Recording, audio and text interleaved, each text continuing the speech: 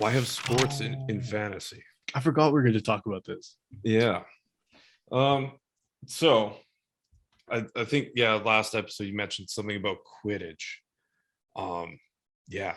So let's start there because that's kind of a big one. What are your thoughts on Quidditch? Okay, so I will preface this by saying J.K. Rowling is an awful human being, and I don't support the support of J.K. Rowling. I'll just say that now. But I did grow up watching Harry Potter movies, and so I have Quidditch in my head, and I fucking hate it. And here's why. This is going to be rant, and there's probably going to be people, if we clip this segment out, who are going to tell me all the rules I don't understand about Quidditch, and I don't fucking care. Save it. And I don't want to engage with people about Harry Potter, so it's fine. From I read two of the books. I read 6 and 7, and I've seen all the movies. Quidditch fucking sucks because it's so I the things I really hate about that series is that it's all about this kid. Nobody else fucking matters besides him and his two friends. And it really bugs me because like everything in the book is written around that premise. No one else fucking matters.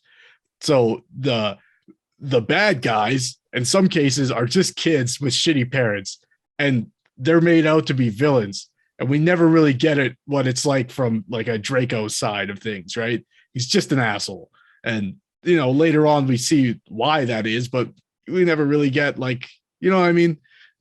He only sort of redeems himself. Anyways, I'm getting off track. Quidditch. The reason I hate it is because like, how can it for me? It just feels like shitty writing. Like, how can I, as the author, get my character to do the impressive thing and be the most important? It's like, okay, well, there's a game they play, all right, and if he does his job, they win. But it's not like, I'm going to compare it to hockey. And sorry if I'm alienating people with that, but if I score a goal in hockey, the game doesn't end unless it's in overtime, right? If I'm the goalie and I make a big save, the game doesn't end unless it's in the shootout. Like, these are bad examples. But you know what I'm saying? Like, there's a whole game going on, right? And all the stuff that everybody else is contributing to, working their asses off to play in this game, can all be erased by one person doing one thing. And it just doesn't make sense to me. Like, maybe if catching the golden snitch was worth a certain amount of points, and that gave your team a huge advantage to winning. But it just ends the game. It's the maximum amount of points. And for that to be out in the game every time you play is so dumb to me. Like, just by a game design perspective, it doesn't matter. Like, imagine you're the goalie or whatever they call them, and you have a shutout posting. You saved every single shot in this Quidditch game. Like, they just keep battering you. And then they catch, and your team has 149 points, and the fucking scrawny ass kid coughs onto the fucking snitch and chokes on it and falls off his broom, and they win. Like, what the fuck am I doing here? Like, I could have let all those shots in and we still would have lost. Like it wouldn't have changed the outcome of the game at all. It's just like, I don't know. I just fucking hate it. It's so unsafe. The amount of times that kid fell off his broom and someone had to do something about it. It's like, maybe there should be, some safety features in place to stop people from fucking dying playing Quidditch. And I don't know. Oh my god! And you can just throw a fucking a bat at somebody and knock them out of the fucking sky. Like, why is this okay? And these are children. They're fucking like grade school children. Like, we're just letting them brutalize each other. I don't know. It's fucking weird. You get like, a first year playing with the fucking 12 years, and that's just okay. Like, they can throw their bats at that kid too. Like, I don't know. It's fucking weird. See, like, yeah, and so that was when I don't know, I just typed in Quidditch on Reddit and saw what happened. But yeah, one of the reasons why I bring this up, not only because you brought it up last week, was that I mean, the whole point of the game was just designed for character development. It's kind of like shows like this like conflict / adversity that the characters go through kind of midway, almost like a training session is what I saw it was compared to. And I never like really thought of it like that. It was interesting. I do think Quidditch would be sweet if they just got rid of the snitch. and just like have people just like beat on each other for like 80 Absolutely, minutes. because then it's just sky hockey essentially, and Yeah, I'm cool with that. yeah, or like sky cricket / rugby where people beat on each Yeah, other. rugby's probably better. It's like Yeah, okay. field Sorry, hockey, real but in the tangent here. sky. Me and my friends used to play Quidditch on our bicycles. We would put out hockey nets, we'd ride bikes and have a soccer ball and we'd pass it to each other. And there was a goalie also on a bike. It was really dumb. It didn't really work, but it was still made more sense than fucking one guy running around being like, I'm the snitch. And if you catch me, you win the game. I don't know if you guys have seen, there's people who play real life Quidditch. It's a sport. They don't fly. They run around with a broom between their legs and one person is actually the snitch and you have to catch them to win the game. Yeah. Just like, no. I saw like a highlight shared on like the ESPN like Instagram account like a year ago where some guy got like trucked absolutely. Like it looked pretty miserable because like all of his equipment just went flying. But yeah, I don't know. So I guess with that point, because like I said, I've never seen sports used in fantasy as character development. Yeah, and when I thought about that, actually another thing that I was reminded me of was the pro bending stuff in Avatar series 2. Yes, yeah, much better.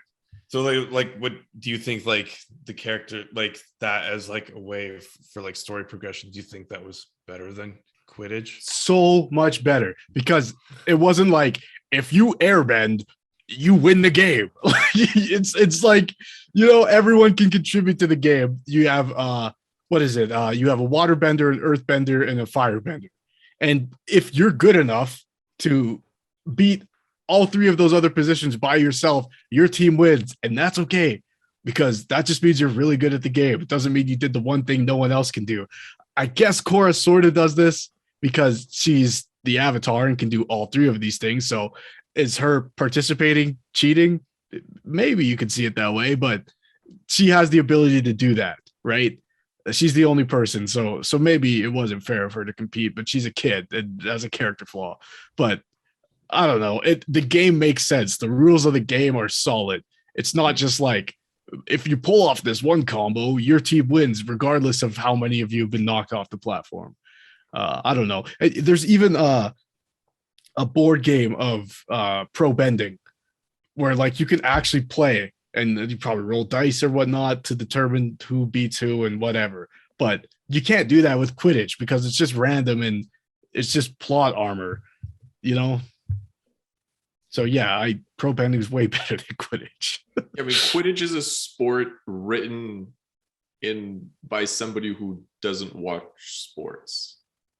Like you hit the nail on the head. Who's never seen sports and does not care about sports at all is like, I'm going to add a sport to my story, and like this is the cool element that I'll add, and then like honestly, the golden snitch pays off when it's like, oh, the philosopher's stone is in this golden snitch. Like, yeah, it's like, okay, that was kind of cool, but like as a sport, stupid. It makes no sense. Yeah, I would hate to play it. I'd be furious. Imagine being up by like 200 points. Dude catches gold snitch. Game over. Saying. And there's professionals like in the Harry Potter like wider universe. Like there's people that play professional Quidditch. It's even in one of the movies. It's like Bulgaria versus Ireland or something in the World Cup finals. And like even compare it to basketball, right? Like Steph Curry, he would be a seeker in Quidditch, right? But Steph Curry, like the basketball player, can hit threes from unbelievable places and with unbelievable efficiency and I don't know the word I'm looking for, but he does it a lot and he does it effectively, right? But that doesn't mean he wins every game. Mm-hmm. That just means he's really, really good at hitting threes. You still need a team. If the last few years of basketball have showed us that he can't do it alone, he needs a team, and now he has one, and everything's fine. But if being able to hit a half court shot won you the entire basketball game, no one would fucking watch because it'd just be Steph Curry and the Warriors winning every time. And no one wants to see that. Well, I mean, they were subjected to it for the last decade or so, but it's different if they actually have to win those games by scoring more points than the other people, not just hitting one ridiculous trick shot. Yeah. See, my problem with, I guess, sport in fantasy, that it almost always like reverts to some form of just like generic like fighting sports.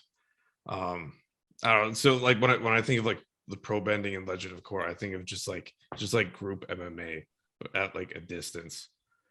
And like and like when I was thinking about like other sports, I guess if you want to go into fantasy, one of the things that we always see is like, I guess, like gladiator fights, if you want to call that sport, even though it's just usually just people The being forced fighting against their will. pits. Every Yeah, story has the fighting pits. exactly. Even Game of Thrones or like jousting, another thing that I was thinking of. But I don't know, like is there like any other, I guess, like sport that you would like to see adapted, or like do you prefer like that like combat fighting stuff, or would you like to see, I guess, a little bit more creativity, like sci-fi space volleyball or something? I've always found that like I don't know if there's much need for like sport in fantasy worlds, you know? I guess, but if you were going to choose one. If I was to choose one, Yeah. Keeping with that theme of adapting real world stuff into fantasy stuff, like if you were going to form a D&D campaign and you were going to go with, you wanted to pull the J.K. Rowling and show a little bit of adversity Oh, via a no, group stop fight. it right there. Yeah, I think for me, as someone who played sports like as a child and still to this day, I still play hockey. You know, for me, I prefer the, like, if there was something that's creative in that way, or just even like when we're talking about like medieval fantasies, or at least medieval inspired fantasy, like it's easy enough to just say, yeah, they're playing like a very archaic form of football or soccer or hockey or rugby or something. It's tough to do, I guess, in D&D because the way actions work. Like, I don't know if it would be fun, but there are like tabletop games that are sports, where instead of shooting your opponent, you try to score on them. But for me, like in a novel, in the world building, I would much rather prefer there was things like soccer, because it's just easy. You're trying, like, there's a goal, you're trying to put this object into the goal, and add any sort of fantasy world elements to that makes it infinitely more interesting. I just don't think like you need a end all be all catch the snitch and you win the game. Like, that takes all the interesting parts away from Quidditch. Yeah, I think one of the other shitty rules about Quidditch was like the game doesn't end unless somebody catches it, or if like you have to hit X amount of points, but it's like an insanely high number or something. I think like, I could be wrong. This is the part I'm not sure about. Is I think it's just 150 points to win, or until the match is over. So I don't think you have to get to that amount, but I think if you do, you win, and the snitch is worth that exact amount. Yeah. Man, can you imagine if you hooped out 194? That's what I'm saying. Somebody catches a snitch. That's what I'm saying, man. You're the goalie and you stopped, your team's up 199 or fucking 149 to 0. And then the guy catches the snitch and you're like, great, I did all that for nothing. Yeah. Yeah, also one of my inspirations, I guess, for this theme / topic was, or one more topic was, I can't believe I've never ever seen it before, but Blood Bowl by Games Workshop, the guys that make Warhammer 40K. I don't know, I've just never seen it, or like never encountered it until about a week ago. It's amazing. It's just grimdark fantasy football, but with actual fantasy stuff, and it's not like counting people's points and stuff like that, but it's like with like elves and orcs and I guess demon chaos creatures, but like you're just like playing American football. You just like you actually kill each other. Yeah. I mean, it's probably not like very good optics for the sport of American football, but at the same time, it's pretty accurate. The death comes instant, not 30 years later.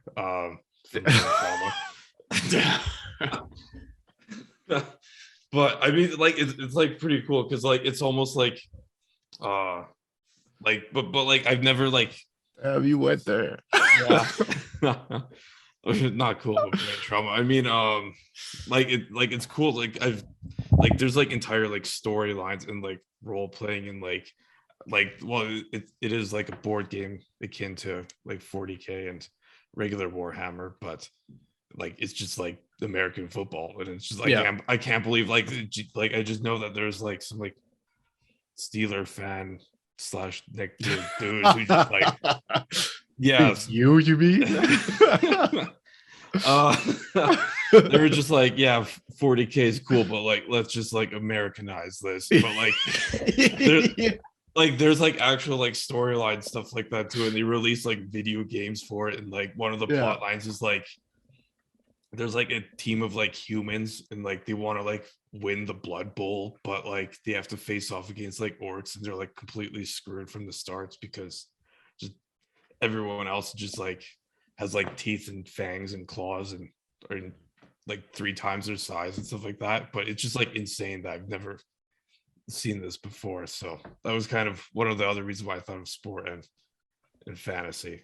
I can't remember. Blood Bowl's a really good example. There's also like Guild Ball is another tabletop sport game, which is similar.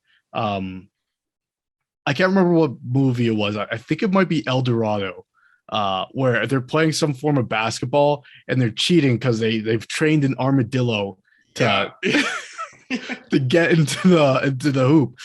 Like, even though I guess it's sort of a fantasy movie, that to me is like a cool way to like I don't know, fantasize sports. It's like, because it's like, I don't know if you could pull that off, then that's a pretty good way to win. And I think like adding the element of fantasy to real sport like Blood Bowl does is like a good way to just make it more interesting and then put it into your world like that. But I guess just expanding a lot of it's like just bringing fantasy to, I guess, people who might not go with like be interested in it, but the I can't think of the name of it, but that I know what you're talking about in El Dorado, because I think that came to mind as well, because that's like a real thing too. It's like this weird sideways basketball, because like the hoop is netball. Like, yeah. But like that was like a thing in Mesoamerica. But no way, that's sick. I can't think of the name right now, and that just came to mind as well. But I don't know. Would it be like kind of cool to see hockey with lightsabers, but like toned to stun? That would be hilarious. I don't know. Like, I would think it's probably more interesting to see like rugby with the Force. Like, then you could just do long ass stretch passes, like, but like spin the ball like a Force missile. User. Yeah, like you could just get like killed by like 4 people hitting you at once, like Force blast or something. I mean, stuff happens, man. But like, you guys, like, sport doesn't really lend itself very well to fantasy. I find, like, in a fantasy world, like the societal structure required to create sport is usually not available in fantasy worlds, where like things are way more chaotic and medieval, and like war is usually the general situation in a fantasy story. You're not just like oh, like the North is attacking, let's go shoot some hoops. That's not really like the vibe of most fantasy stories. But I wish it was, because oftentimes they like, I understand what you're saying. Like, the reasons why we're getting the fighting pits and the melees and stuff like that is because these are societies that are built on war to protect themselves. They're not built on entertainment. They're built on being stronger than their enemies. So they turn entertainment into the thing that they're already good at, right? But I would like there to be sports in fantasy to give it like, more entertainment value, because it is kind of boring just being like, oh, we went to go see 2 men kill each other. It's like, well, can we tone it down a little bit, and I think even in like Star Wars and other fantasy novels, like like The Witcher, like we get Gwent, right? Which is like a game that is now just a real game. Like, I think things like that are interesting too, because it's like these things can exist in a fantasy setting and also in the real world, but the fantasy aspects in the show or book or whatever make them more interesting. You know what I mean? Yeah. Yeah, like kind of lends itself, like gives a little bit more immersion value almost. Yeah. Like if we think of Beyblade like a fantasy, then actually Beyblade battling is one of the sickest fantasy sports that exists and dominates their society and is also war based in a way because there's world ending events happening because of this game. Same could be said with like Yu-Gi-Oh, right? Yeah. And when they go back in time in Yu-Gi-Oh to see like the dawn of the duel and how things came to be, it's so cool. Like I love that. Like we get a fantasy world. We started playing this card game because in ancient Egypt, these cards actually summoned monsters, and that's where this tradition came from. And I don't know, I think that's super fucking cool. So I like stuff like that where it's like if our society created games like rugby as a way to train soldiers to be a more cohesive unit, and centuries later now it's like a sport that is at the Olympics. Like I think in a fantasy setting that same progression can happen. If in centuries ago we fought a war against whatever people and we used ice magic, then we can make a sport that's made of ice magic or something, because why not? That's if they had those abilities, those would weave their way into their society in all aspects, even entertainment.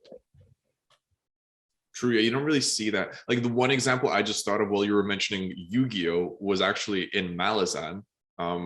In the world of Malazan, there is something called the Deck of Dragons, and it is a deck of cards that represents the various sort of houses of the gods. Whereas most people just consider just like a deck of cards.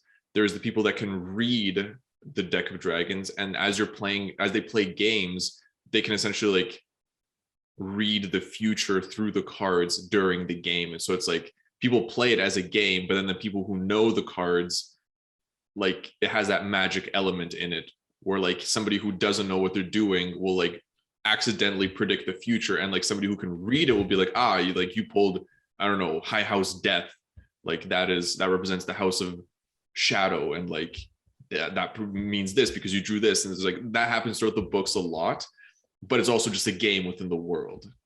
So it's sort of like tarot cards, but also they're using tarot cards to play. Exactly. Yeah. Like the vast majority of people just like consider a card game, like just this deck of cards, but then the people who know what they represent, like use it as a tool for divination. Like World Poker Series, but they can see the future.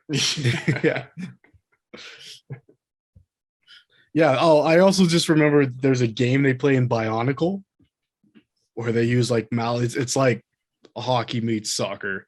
I guess it's like field hockey. I remember it from the Golden Mask movie. Exactly. Yeah. Yep. Classic. And the McDonald's toys came with like the mallets they use. So yeah, even something like that is cool where it's like it's not like they're not using magical powers. And I think maybe that's an interesting thing too. Like if you do have like a fantasy world where it's a super magic based high magic setting and their society is based in magic, but this sport is the one time none of that shit flies. Mm-hmm. Everybody is just their physical abilities. And maybe if you have a society like the bending world, right, where some people bend and there's other people who don't bend, and that causes like a rift in society. Well, maybe there's this sport where all of that gets thrown out the window, and the winner is who's better at the sport, not who has the powers. I think would be an interesting thing to do as well. Yeah. Oh, as a side note, according to Tolkien in The Hobbit, golf was created from one of Bilbo's distant family ancestors or whatever, and they whacked the head of a goblin. It landed in a hole, so that's how golf was made. I think that was shooting. Yeah, it was The Hobbit. I love that. Yeah, so that was just, I don't know. That's why I like The Hobbit, because it's like so much like weird, like out of pocket stuff like that. Compared to like Lord of the Rings trilogy, where it's super serious. I do remember that his like some distant family member big enough to ride a real horse, right? Yeah, and they were like, and that's how golf was made. It's just like, oh, okay. There's also Blurns Ball from Futurama. Classic. Yeah. Griff Ball from Halo. But you see, that's like, you see these like sports come in sci-fi so much more often because it's like the society is developed to the point where the vast majority of people just live peaceful, regular, everyday lives and they need entertainment. Whereas in a fantasy, like medieval society, it's like people day to day are just trying to survive more so than like looking for entertainment. Yeah, the top footballer is not respected in a medieval society. You're like, get a real job, join the army. Go to the mines, go to the pits. I guess something else, this is a little bit off, but like something like Rocket League, right? Where it's like, okay, soccer, but you're in a car. Like that's enough for it to be more interesting. And look how successful that game is, right? Like, yeah, that stole like a year of my life away. Yeah. No, I'm probably gonna re-download that later. Oh no, what have I done? I'll also just say it's not a sport, but chess in Star Trek is cool, as well as Wizard's chess is actually cool. Even though usually E5 smoked. I will say though, I don't like when I'm reading a fantasy novel and it's explaining chess to me in a like it's called something else, and I'm like, man, I know how chess works. Like, yeah, I guess some people don't, but it's just like going through the painstaking process of explaining. It's not always chess. Sometimes it's like some sort of card game or whatever the case may be. It's like it's 21 and it's called something different because we're in the D&D world. It's like, oh, this is exhausting. It's like it's different for the sake of this can't be the real world. Stay immersed, you know? No, I usually hate that. There's always like so many fantasy stories have like a chess derivative. Well, even the Tower Lord, like right now they talk, I forgot what the game is called there, and it's not chess, like it's like a board game played like chess. It's more like Go, or like you guys haven't seen Hunter x Hunter. There's a game literally in Hunter x Hunter where it's like 3D chess almost, like you can stack like 3 pieces on top of each other, and it's like a war simulation game on a board, and it's like those are so popular in fantasy worlds. Yeah. Or the hologram chess from Star Wars. Yeah, holo chess. It's literally just called holo chess. There you go. Yeah. Oh, I think that's all I got for this episode. Yeah. Did you find an answer to your wondering? Why Quidditch sucks? Do you get it now? Why Quidditch sucks? I do. I honestly I think it would be so sweet if they just got rid of the snitch. Like keep that like 150 point mark, or like add an 80-minute like clock to it and just like let people run into each other. Yeah. It would be better if like you could still do all this same thing with like the Philosopher's Stone or the Resurrection Stone or whatever it is being inside the snitch. It could just be a bigger ball, and you know he could have just been I don't know what the positions are, but the guy who throws the quaffle into the net, he could just be a really good one of those. Yeah, like he didn't need to catch the one thing no one else could. He could just be really good at the one thing. Can you imagine if that's Harry, fine. Like Harry makes it to half court and just takes a buzzsaw from me, like completely blindsided. Drop his shoulder, knee to knee, like 200 feet above the ground. Welcome to first year, bud. Yeah. Welcome to Blood Bowl. Yeah. Yeah. Yeah. Well, I think that'll do it for us here. Yeah. You guys got anything before we wrap up? Nah. Getting some shaking to the head. For people out there, check out my YouTube channel.